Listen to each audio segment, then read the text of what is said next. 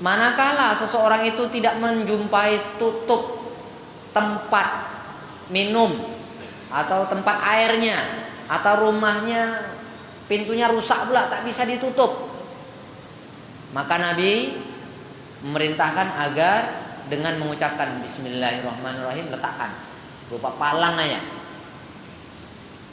dengan Bismillah, maka penyakit-penyakit yang akan datang tidak bisa masuk. Setan-setan pun tidak bisa membukanya, tidak bisa melewatinya. Jadi rumah itu terkunci dengan Bismillahirrahmanirrahim walaupun tidak tertutup pintunya. Tapi maling masuk. Setan yang tidak bisa masuk. Nah, kalau orang degil dah dibuka dengan dia, setan pun masuklah ke dalamnya. Kalau dah terbuka itu, ya masuk juga setannya. Maka ini nasihat Nabi SAW sebelum kita tidur. Jadi setelah pintu ditutup, lampu-lampu dimatikan, kemudian bejana-bejana air juga ditutup. Kalau minuman kita mungkin kita mau, ya bahasa istilah kita ini kopi tarak nih gitu kan, dibuat sekarang, nah diminum besok pagi, maka itu pun harus ditutup. Harus ditutup. Setelah semuanya ditutup, baru kita tidur. Dan Nabi juga pesan tikus. Tikus ini kata Nabi SAW merusak pemilik rumah. Tikus ini merusak pemilik rumah.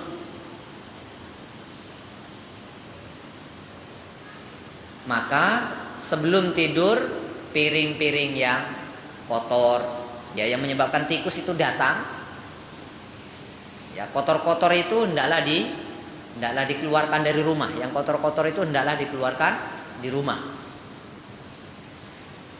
Ataupun yang kotor-kotor itu semuanya sudah diikat dengan rapi sehingga tikus tidak dapat mencium bau itu dan dia tidak datang ke rumah kita. Dan akibat dari tikus ini, dia bisa ya menggigit kabel-kabel sehingga rumah itu akan terbakar, ataupun dia bisa lari berkejar-kejar. Kalau zaman dulu mungkin pakai colok, ya menabrak colok dan akan jatuh coloknya terus terbakar rumahnya. Jadi maka Nabi menganjurkan agar kita nih waspada terhadap tikus. Jangan dibiarkan begitu saja tikus itu masuk ke dalam rumah kita. Karena dia adalah binatang perusak. Dia adalah binatang perusak. Dan memang tidak berdosa orang yang membunuh tikus itu. Tikus itu memang diperbolehkan untuk dibunuh. Jadi tidak dosa orang yang bunuh tikus. Inilah beberapa perkara yang perlu kita perhatikan. Kemudian Nabi SAW juga melarang seseorang tidur bareng, tidur bersama, laki-laki dengan laki-laki, perempuan dengan perempuan. Kata Nabi SAW,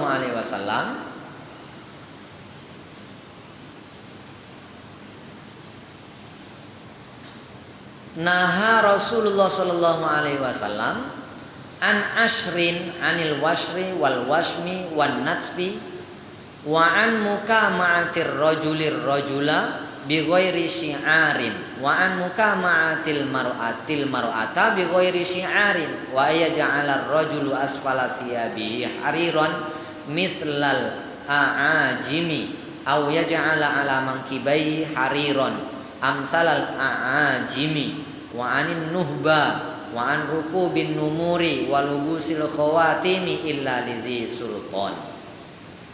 Jadi kata Nabi sallallahu alaihi wasallam melarang 10 perkara. Pertama, meratakan gigi dilarang oleh Nabi. Kemudian memakai tato dilarang. Kemudian mencabut uban.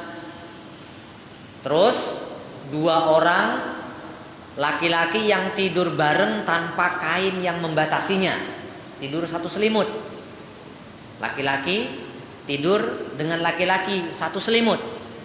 tanpa ada pemisah, sama ada dipisah dengan bantal ataupun dengan sesuatu yang bisa terhalang antara kulit laki-laki dengan kulit laki-laki yang lain. Kemudian Nabi juga melarang dua orang wanita tidur bersama tanpa kain yang membatasinya. Ini yang dilarang oleh Nabi. Laki-laki satu selimut dengan laki-laki, perempuan satu selimut dengan perempuan.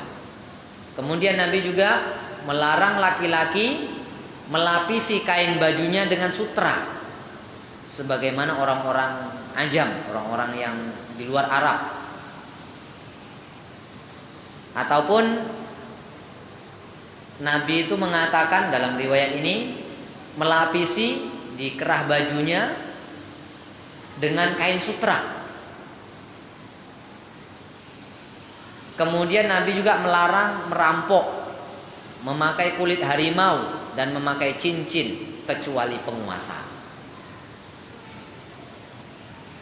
Yang kita bahas hanya laki-laki tidur bareng dengan laki-laki satu selimut, perempuan dengan perempuan satu selimut.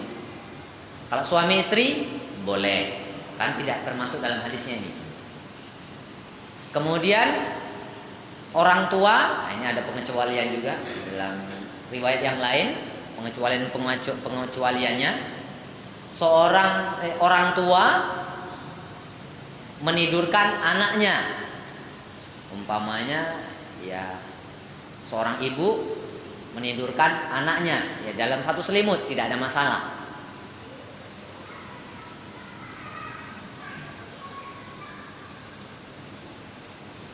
Kalau yang lainnya semua tidak diperbolehkan. Bahkan adik-beradik saya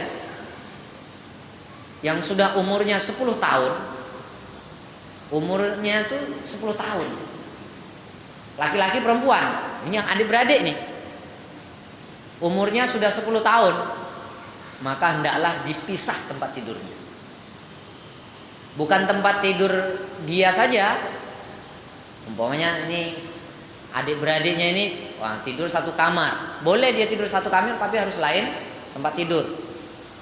Begitu juga dengan orang tuanya. Orang tua kepada anaknya yang sudah usia 10 tahun, maka hendaklah dipisah tidurnya, tidak bersama lagi. Jadi kalau mau tidur, mau menidurkan anaknya boleh, tidak ada masalah. Tapi kalau sudah tidur, hendaklah dipisah, terpisah, tidurnya pisah, jangan bersama. Karena akan terjadi banyak fitnah ketika setan sudah masuk ke dalam pribadi seseorang. Inilah beberapa pesan Nabi ketika seseorang akan tidur. Kemudian Nabi juga melarang seseorang itu tidur dalam keadaan tengkurap. Nabi SAW melarang seseorang itu tidur dalam keadaan tengkurap.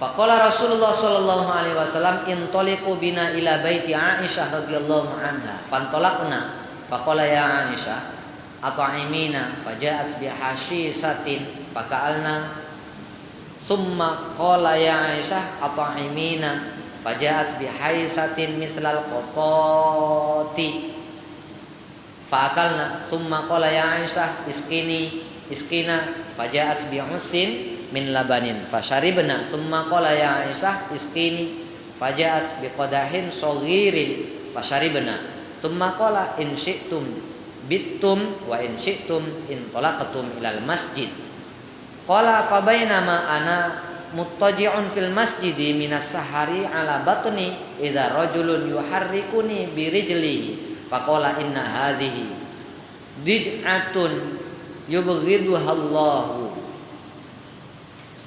Qala fa nazartu fa idza Rasulullah sallallahu alaihi wasallam